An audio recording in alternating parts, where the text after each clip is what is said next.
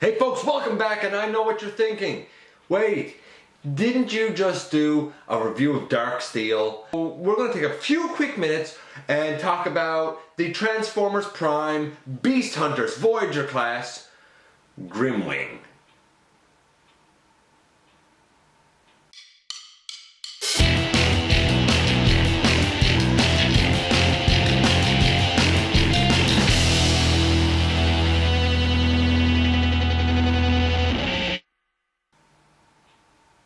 Hey folks, welcome back to the channel. I'm your host, Dennis Moulton, aka GotBot.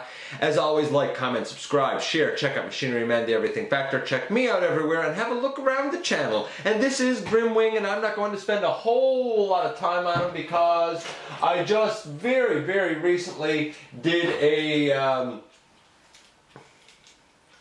if I can get him prepared here, did a full review of this guy.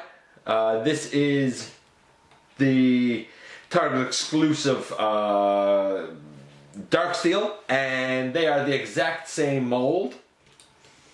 Darksteel's wings and whatnot seem to be a little, I probably don't have them transformed exactly correctly. Here we go. I went through everything with Darksteel. I even mentioned there that whatever is blue on Darksteel is gray on Grimwing. Whatever is gray on Darksteel is pretty much green on Grimwing. I guess we can put these pieces down for now. They're the exact same mold, so it is what it is. The only difference being that Darksteel actually appeared in Predacon's Rising. Grimwing did not. Paint apps, because this guy didn't appear, I'm going to give him a 10. I think the green and the gray play nicely off of each other. It's kind of a funky color scheme, and the difference between the bright green and kind of the teal green is cool. This guy does have the outline of the symbols on his wings.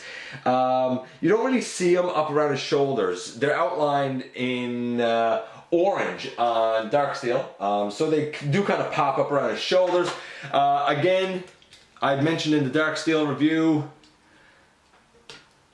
if you'll stand, this guy, this is Blackbeak, and his beak is black indeed. I'm not going to go through it here because I showed it in the Darksteel review, but basically there's a mechanism back here. You push in on this and it opens the beak and fires this green piece, and there's a string attached, and it's kind of like I guess like a grabber type of thing.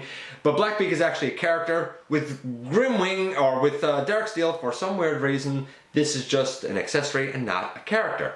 Odd, to be sure. Again, this guy, you can take these, I find that this guy's really tight. You can take these things out of his shoulders, if I can do it. Here we go. You can take these things out of his shoulders, they go in his hand, I guess as a melee weapon, or you could throw it.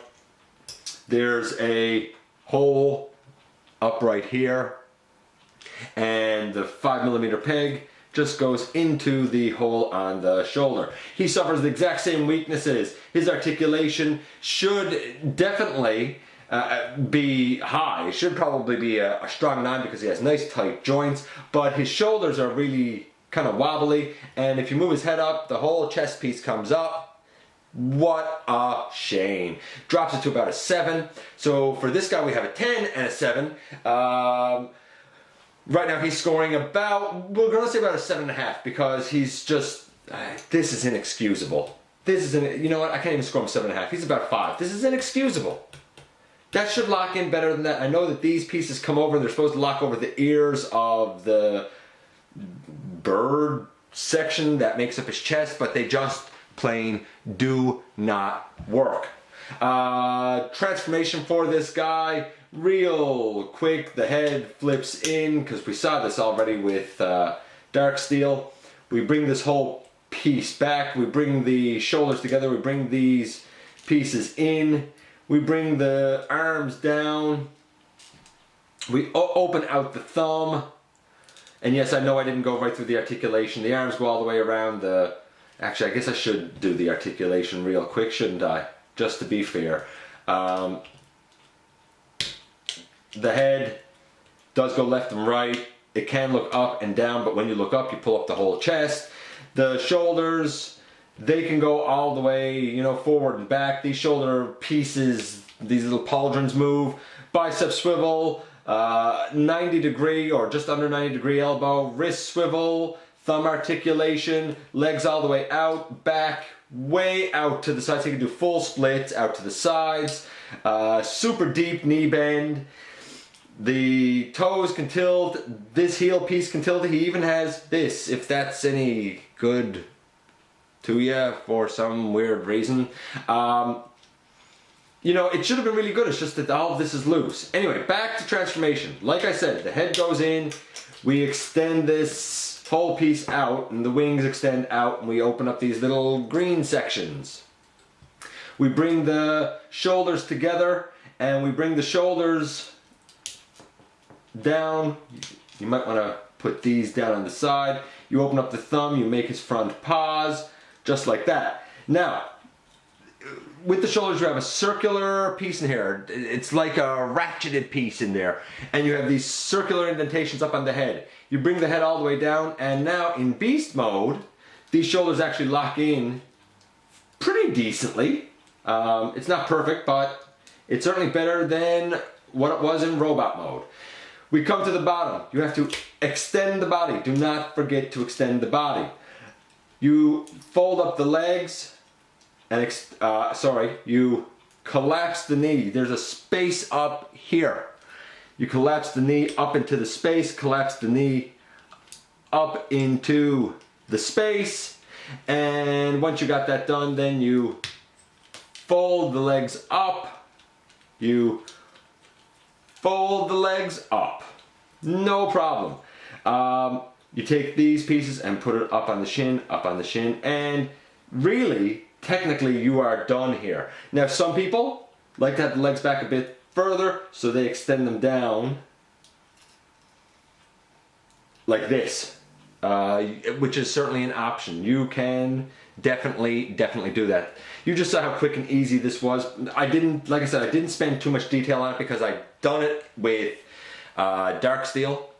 This is his beast mode. I think it's a pretty cool beast mode. As far as Blackbeak goes, he has a 5mm handle. There is a hole here in the tailpiece, and the 5mm handle can peg in. Should be able to peg in there. Can peg in there, and he can store on Grimwing's back. And in the end, this is what you have. Quick, easy transformation.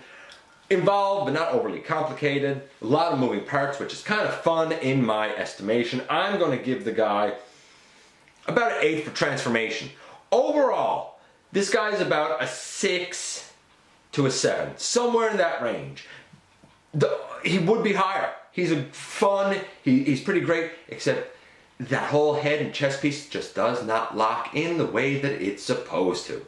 Okay, that being said, let's bring in all of his partners, and we'll see how they all fill certain roles, including what role this guy fills.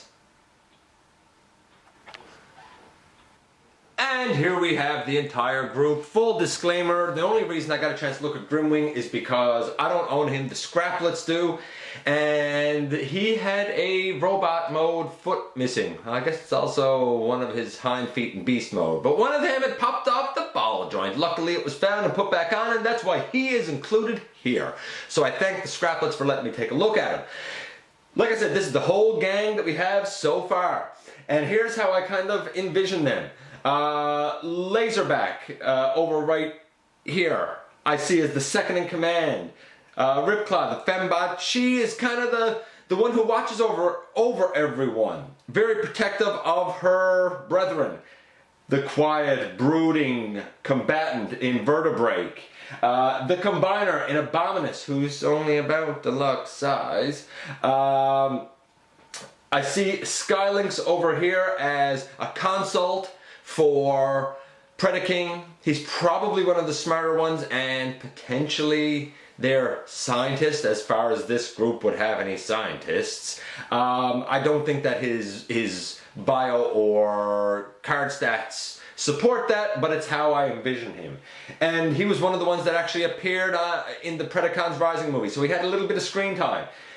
Dark Steel, the one who brings levity to the group, the one who, you know, kind of breaks the tension, even though when it comes down to business, he's one of the most dangerous Predacons. He too was able to be seen in Predacon's Rising. So he had a little bit of screen time. And finally, Grimwing. Grimwing I see as their conscience. When the Predacons or Predaking have an idea to do something that they probably shouldn't do, an attack that they probably shouldn't make, it is Grimwing who serves as their conscience. That's how I see the group so far. And granted, all of these guys have even more repaints than this, but I would say that our little third faction is finally starting to become a bit substantial. And now finally, it will be time for us to move on and look at the leader of this group. At least a couple of incarnations of him.